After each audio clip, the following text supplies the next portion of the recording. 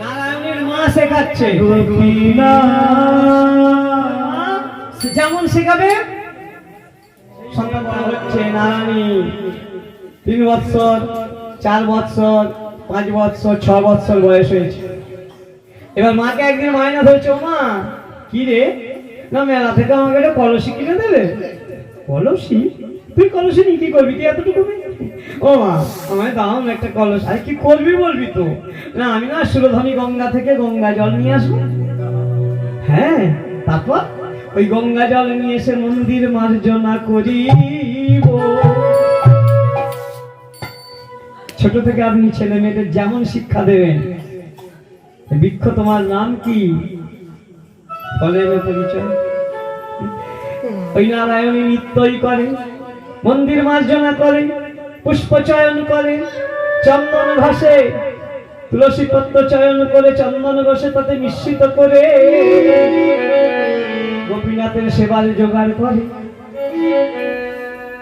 এইভাবে 6 থেকে 7, 7.5 বয়স হয়ে গেছে। এবার জেঠিমা থেকে মা হয়েছে, তো মায়ের চিন্তা পড়ে গেছে,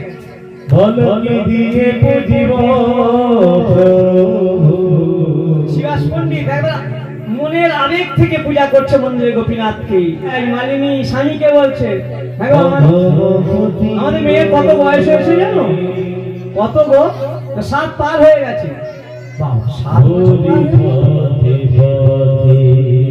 তাহলে দেরি করা যাবে না। তখনকার দিনের নিয়ম কেমন ছিল? প্রথম শুরু হবে 6 থেকে, মেয়েদের বিবাহ দেওয়া শুরু হবে 6 থেকে। আজকের ঘটনা নয়, আজ থেকে 500 বছর আগের ঘটনা। এবার যা বলেছি 7:30 হয়ে গেছে বলে আর তো দেরি করা যাবে না। একবারে বগলে ছাতা নিয়ে শিবাস পণ্ডিত খুঁজতে বেরিয়ে পড়লো পাত্রের সন্ধানে। সংবাদ পেলেন ঘটক মারফত উত্তর 24 পরগনার হালি শহরে এক দরিদ্র ব্রাহ্মণ পরিবার। তাদের সংসারে আপন বলতে বিপ্রদাস ঠাকুর আর তার বিধবা মা, এইমাত্র 2 জন মানুষ। যখনই এই সম্বন্ধ দেখেছে শিবাস পণ্ডিতের খুব পছন্দ। আমাদের মেয়ে যেমন অল্প বয়স, কাজকর্ম ঠিক তেমন জানে না, তাই এই সংসারে আমাদের মেয়েকে পাত্রস্থ করব। বাড়ি গিয়ে একবার সবকিছু পাকা দেখাশোনা ঠিক করে এসে বলে, শোনো মালিনী, বলো না নারায়ণী বিয়ে একবার পাকা মিটিয়ে চলে এসে। বাবা হ্যালো, এই ছেলে দেখতে কেমন? আমাদের মেয়েকে তো খুব দেখতে ভালো, ছেলে দেখতে শুনতে ভালো তো? হ্যাঁ হ্যাঁ, একবার সুন্দর মানাবে, বেশ ভালো কথা। মেয়ের বয়স 7.5 বছর, ছেলের বয়স কত হলে ঠিক মানবে আপনাদের? যদি আপনাদের কারো মেয়ে হয় কত হবে? মেয়ে 7.5, ছেলে 10 হোক কি 12 হোক নাকি 15 চলবে না? বেশি হয়ে যাচ্ছে, বেশি হয়ে যাচ্ছে না? এখানেও ঠিক তেমনই, মেয়ের বয়স 7.5 বছর তো, আর ছেলের বয়স কত জানেন? 2, 10, 8 সমান সমান না? আরে বাবা তখনকার নিয়মটাই যেটা ছিল রে বাবা।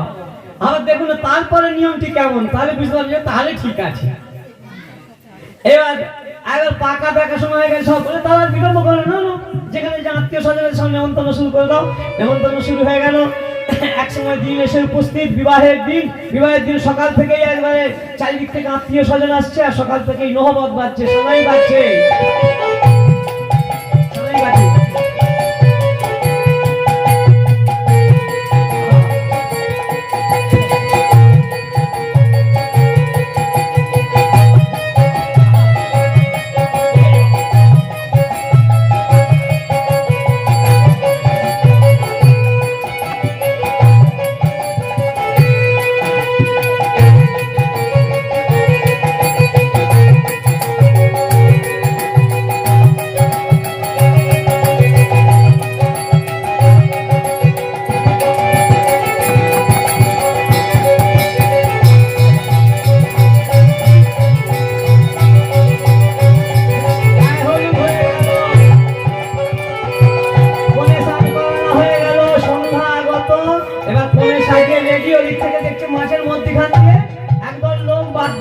বাজাতে বাজাতে আগেকার দিনের কিছু আমরাই দেখেছি ছোটবেলায়, হ্যাঁ 1.5 লাখ নিয়ে বর যেত বিয়ে করতে, বিবাহ করতে।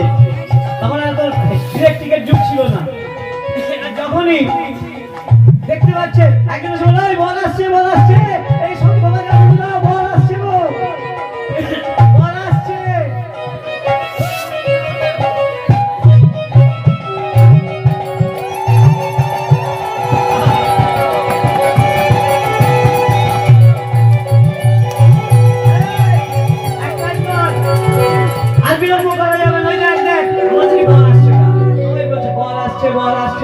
নারায়ণীর বিবাহ হয়ে গেল, কি আনন্দ।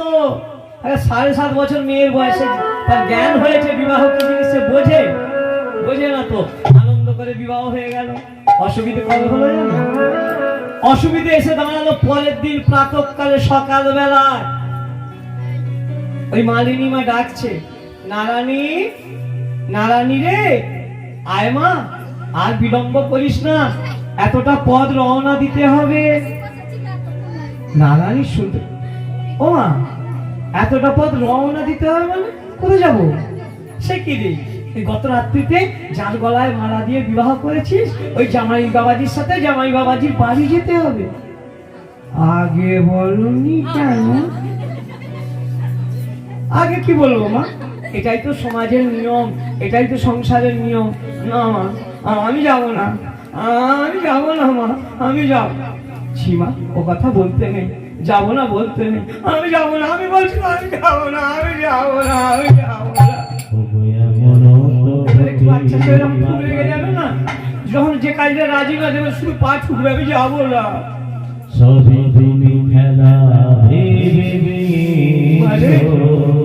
মেয়েদের ভাগ্যটাই এমনি,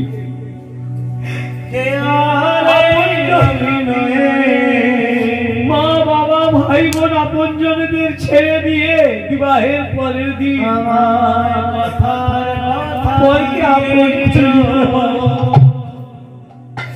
ছুটেছে মেয়েটি গোপীনাথের মন্দিরে।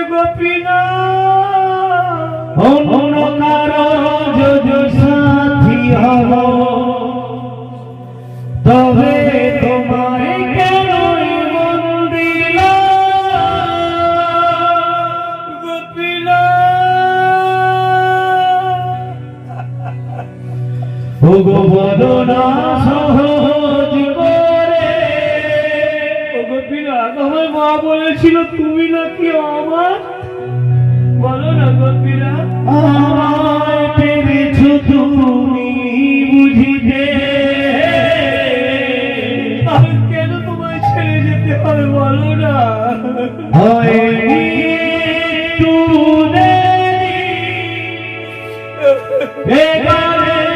কোনো মানে বুঝিতে,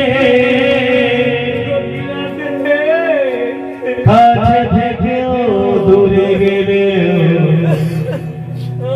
নেই কিছু হারাবার ভয়। তো আবার চলে আসবো জানো, আমি আবার ফিরে আসবো, আমি তোমার ছেড়ে থাকবো না কোথাও। আমি আবার তোমায় দেখবো গোপীনাথ, ও গো আবার হবে তো দেখা। এই গোপীনাথের চরণে প্রণাম করে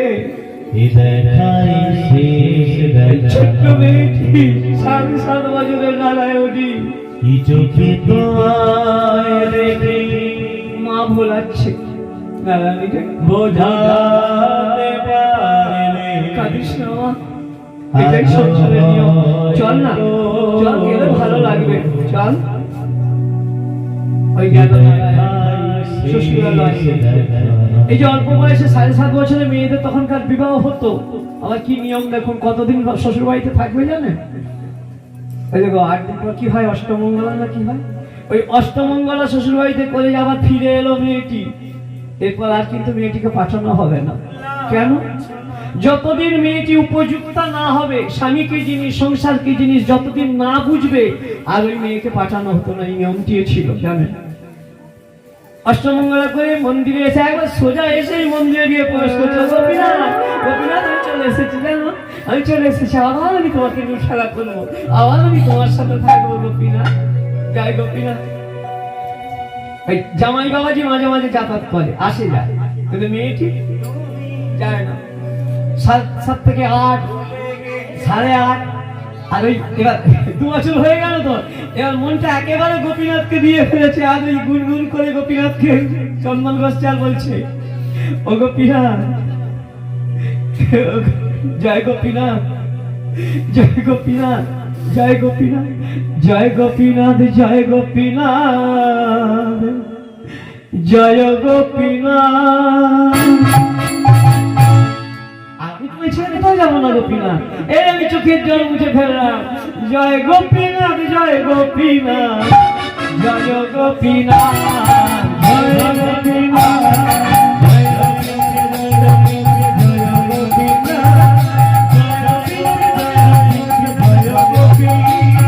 জয় গোপীনাথ,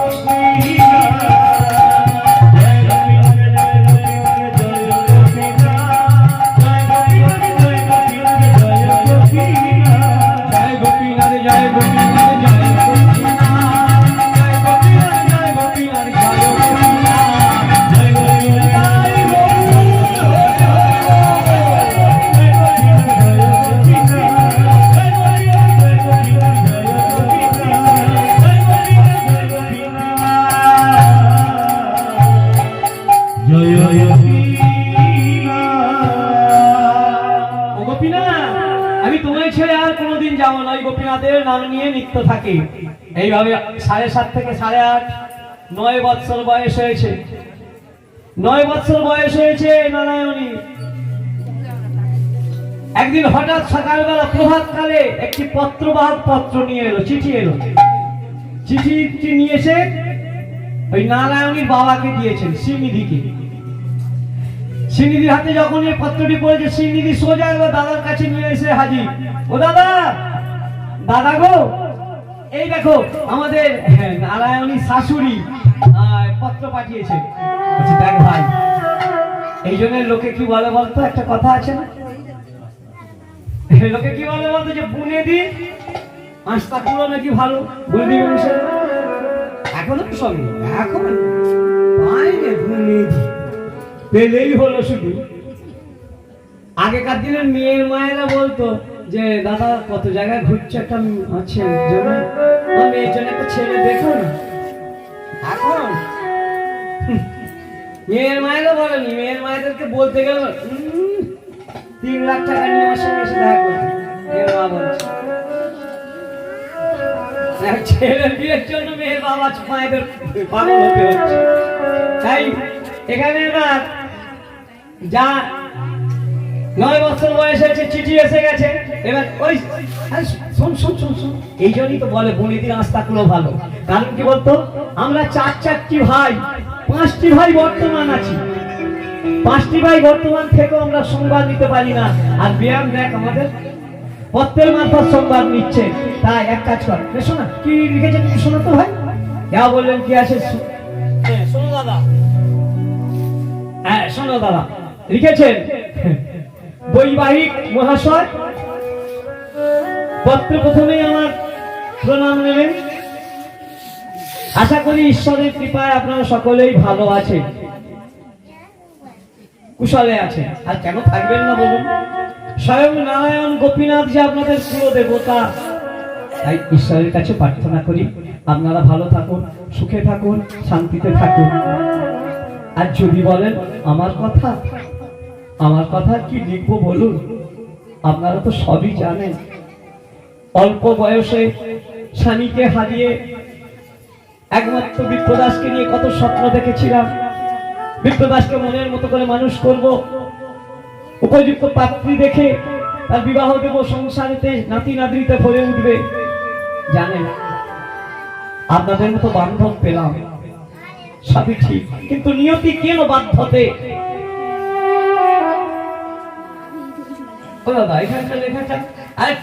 খুব সুন্দর লিখেছে, নিয়তি কেন বাধ্যতে মাত্র 3 দিনের কলেরায় আমার বিপ্রাস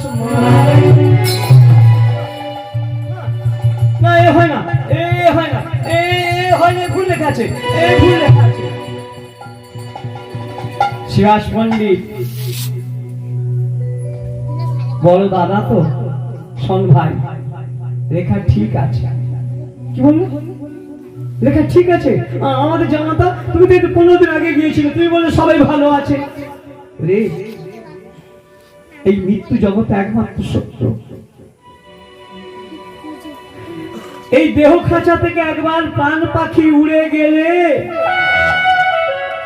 হাজার চেষ্টা করলেও আর তাকে ফেরানো যায় না। গীতার 2য় অধ্যায়ের 22 নম্বর শ্লোকটিতে বলা আছে, বাসাংসি জীর্ণানি ইয়াথাভ্যায় নবানি গৃহ্ণাতি নরয় পরানি তথা শরীরানি বিহায় জীর্ণন্নন্যানি সংয়াতি নবানি দেহি। এই যে আমরা যে বস্ত্র পরিধান করি, এই 22 নম্বর শ্লোকটি হচ্ছে, সেই বস্ত্রটা মলিন হয়ে গেছে, জীর্ণ হয়ে গেছে, ক্ষতবিক্ষত হয়ে গেছে, সেটি পরিত্যাগ করে আমরা একটি নতুন বস্ত্র পরিধান করি। তেমনি আমাদের দেহের মধ্যে যে রয়েছে আত্মা নামক বস্তুটি, এর এক স্থান থেকে আরেক স্থানে, এই দেহ থেকে আরেক দেহে যায়, পরিবর্তন হয়। তাহলে ওই আত্মা নামক বস্তুটি হয় কি না, ওই 23 নম্বর শ্লোকটিতে বলা হলো, নৈনং ছিন্দন্তি শস্তানি নৈনং দহতি পাবক নো চৈনং প্রেদয়ং তাপ নো শোষয়তি মারুত। ওই আত্মা নামক বস্তুটিকে কোনো অস্ত্র শস্ত্রের দ্বারা ছেদন করা যায় না। অগ্নি উহাকে দগ্ধ করিতে পারে না, জলে উহা আর্দ্র হয় না, আর বায়ু ওকে শুষ্ক করতে পারে না। আমাদের জীবনের মূল লক্ষ্য থাকা উচিত, আমি কে, কোথায় ছিলাম, কোথা থেকে কোথায় এলাম, এখন আমার কি কর্তব্য। এইটি যদি আমরা কেউ জানতে পারি, আমি কে, এটি যদি একবার জানতে পারি, তার জীবনের সব স্বপ্ন পূরণ হয়ে যাবে। আমি কে। তাহলে এই যে খবরটি যা হলো, ওই মেয়ের বাবা শ্রীনিধি চিৎকার করে বলে উঠলেন, আচ্ছা দাদা, একটা কথা বলতে পারো? বলতে পারো দাদা? বলো না, কোন পাপে এমন হলো কি আমার পাপ করে মারা গেল? মেয়ের স্বামী, তুমি ওদের জন্য কি, ওর জন্য কি না করেছো তুমি আর বৌদি? 1 বছর বয়সে যখন ওর মা মারা গেল, দাদা তুমি কত বলেছিলে আমাকে 2য়বার দান গ্রহণ করতে, কিন্তু আমি দান গ্রহণ করলাম না, বিবাহ করলাম না। কেন? পাছে পরের মেয়ে এসে আমার এই মেয়েটাকে অযত্ন করে। দেখো, বৌদি ঠিক ওকে মানুষ করলো, উপযুক্ত সময়ের বিবাহ দিল, আর ভাগ্যের কি নির্মম নিষ্ঠুর পরিহাস দেখো। 2 বছর পার হতে না হতে বিবাহে আজ আমার নারায়ণী এখন বিধবা।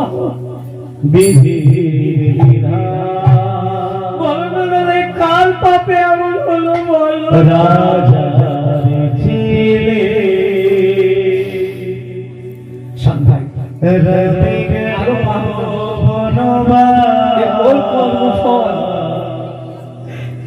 চিৎকার করে কেঁদে উঠেছে, রান্নাশাল থেকে মালিনী ছুটে এসে বলছে,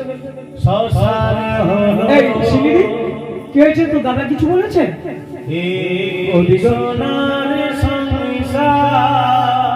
তুমি এতদিন আমাদের সংসারে আছো, তুমি আমার দাদাকে চিনলে না? তাহলে কি টোলে ছাত্রদের সাথে কোনো অশান্তি? না গো বৌদি, না। তখন ওই শিবাস পণ্ডিত বলে বললেন, শোনো ভাই, আমি বলছি অমাননী, এখন নারায়ণী কোথায় গো?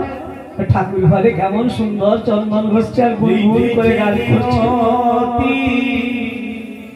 শোনো, ওই যে নিচে পত্রটি পড়ে আছে, ওই পত্রে লেখা আছে, ওই পত্রে লেখা আছে, আজ 3 দিনের কলেরায় আমাদের নারায়ণীর স্বামী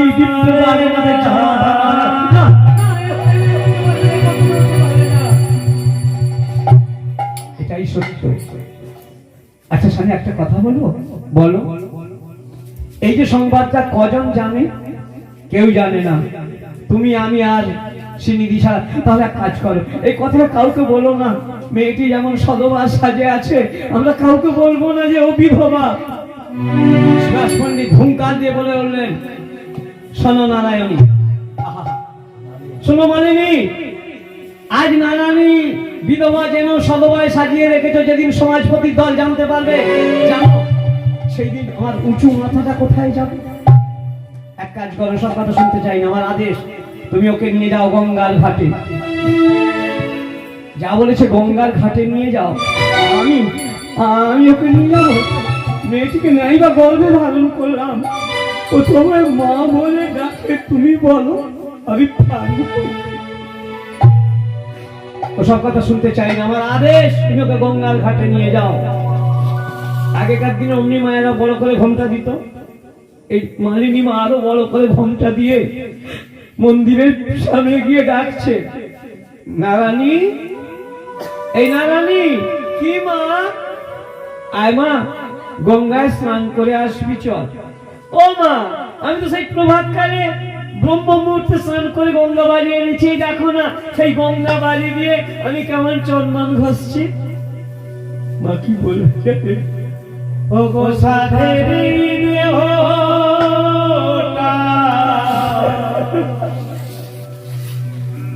এক উঠো সভা চাই হবে।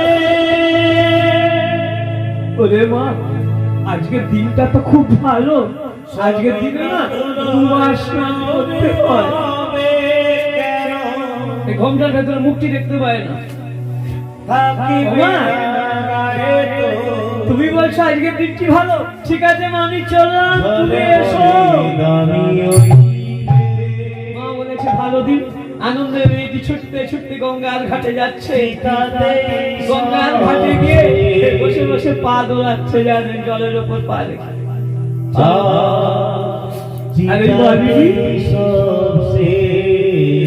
ওই মন্দিরের গোপীনাথকে বলছে, গোপীনাথ, আমি বললাম আজকের দিনটি খুব ভালো দিন।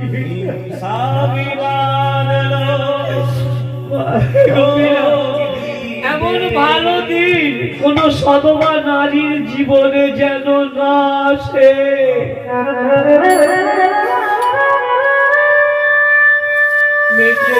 গঙ্গার ঘাটে বসে পা দোলাচ্ছে, আর পায়ের জল মায়ের গায়ে মাথায় পড়ছে, কোনো ভূক্ষেপ নেই। 9 বছর বয়স, মেয়েটি খুঁজছে, মালিনী খুঁজছে গো, নুড়ি পাথর খুঁজছে।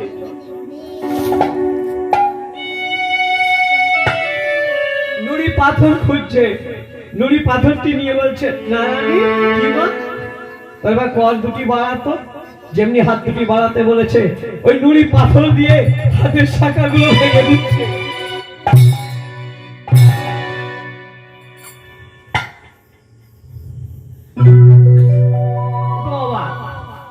মা, আমার হাতে এমন সুন্দর শঙ্খ বলয়গুলো ভেঙে দিলে।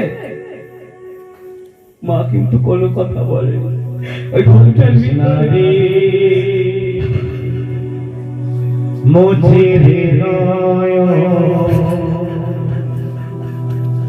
কান্না হাসি খেলা, এই তো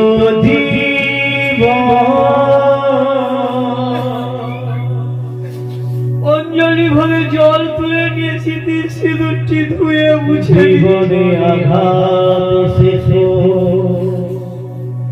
আসবে আসবে। কি ব্যাপার বলো তো তোমার? হাতের শাখাগুলো ভেঙে দিলে। আমি একদিন সিঁদুর পরবো না বলেছিলাম বলে তুমি আমায় কত কটু কথা বলেছিলে, মারধর করেছিলে, আজ আমার স্মৃতির সিঁদুরটা ধুয়ে মুছে দিলে। কোনো কথা নেই, ওই শুধু ফুলে ঘোমটার ভিতরে শুধু ফুলে ফুলে উঠছে। স্নান করে বাড়ি চল। মেয়েটি স্নান করে বাড়ি চলে গেল। আর এই মালিনী মা এক বক্ষ জল গঙ্গা জলে নেমে বলছে, মা গো, সত্য পাপ প্রসন্নন্তি, সত্য দুঃখ বিনাশিনী, সুখদা মোক্ষদা, গঙ্গা গঙ্গৈব পরমং গতি, গঙ্গে চ যমুনা চৈব গোদাবরী সরস্বতী নর্মদে সিন্ধু কাবেরী জলশ্রী সন্নিধিং কুরু ওম নমো বিষ্ণু পাদং সম্ভুতে গঙ্গে দীপনগামিনী ধর্মদেবী বিখ্যাতে পাপং মে হরিজন্মনি শুদ্ধা ভক্তি সম্পন্নে শ্রীমাতা দেবী জন্মনি। জয় মা আগো ওমা পতিত পাবনী গঙ্গে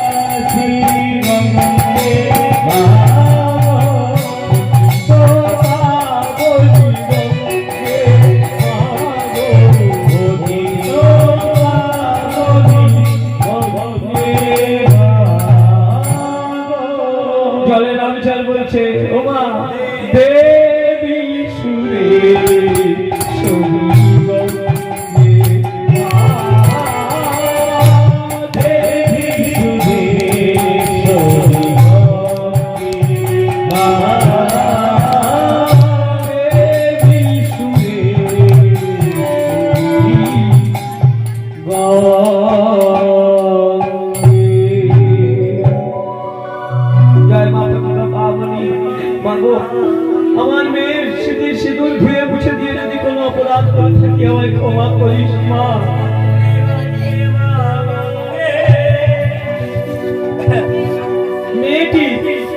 মেয়েটি কিন্তু মেয়েটি ওখানে দাঁড়িয়ে আছে, কখন মা এসে শাড়ি দেবে, শাড়ি চেঞ্জ করবে বলে। যখনই মা, ও মা তুমি এত দেরি করে ফেললে, আমি কখন থেকে দাঁড়িয়ে আছি, তাও আমায় শাড়ি দাও। শাড়ি চেয়েছে, মা একটু করে সাদা ধান নিয়ে দিয়েছে। জানেন আগেকার দিনে এটাই নিয়ম ছিল, তাতে 10 বছরই হোক আর 50 বছরই হোক, বিধবা মানেই সাদা থান করতে হবে। যা সাদা থানটি মেয়েকে দিয়েছে, আমার টাঙ্কিতে কত ভালো ভালো রঙিন শাড়ি আছে, লাল পাড় গর্বের শাড়ি আছে, আমি সাদা থান পরবো, আমি পরবো না। যাই কথা বলে ফেলে দিয়েছে, ছুঁড়ে দিয়েছে।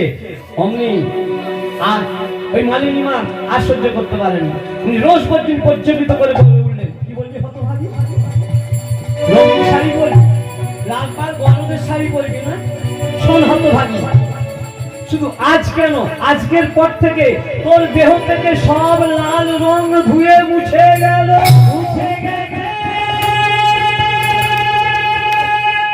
জীবন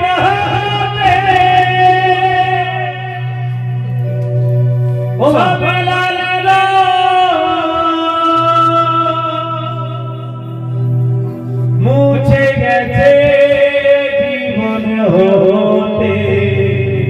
এবার মেয়ে বলছে, আচ্ছা তোমার কি ব্যাপারটা কি ব্যাপার বলো না।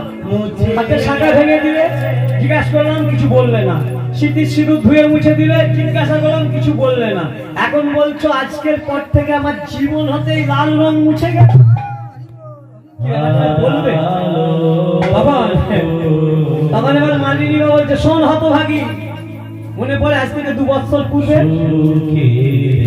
গলায় মালা দিয়ে তাকে বিবাহ করেছিল? হ্যাঁ, সেটা আমার সই এসেছিল, মকর এসেছিল, কি আনন্দটাই না হয়েছিল।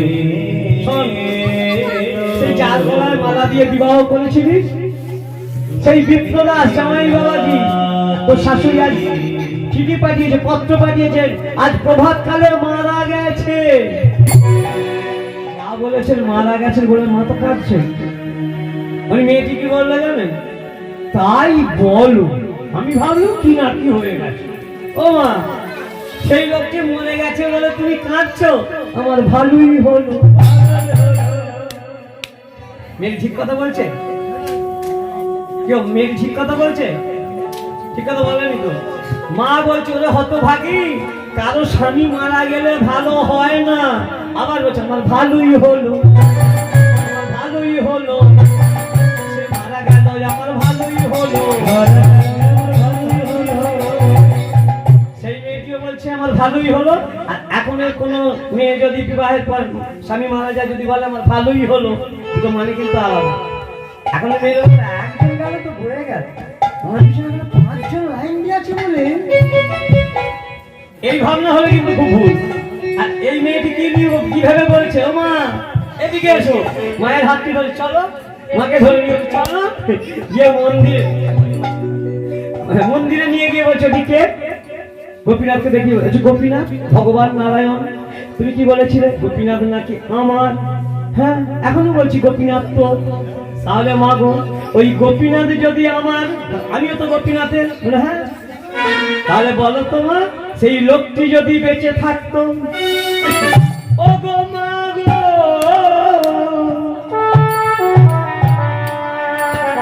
একদিন না একদিন তার বিয়ে আমায় যেতে হতো। স্বামী বেঁচে থাকলে স্বামীর ঘরে যেতে হবে না?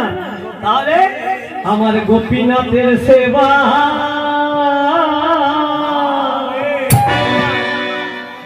আমার গোপীনাথ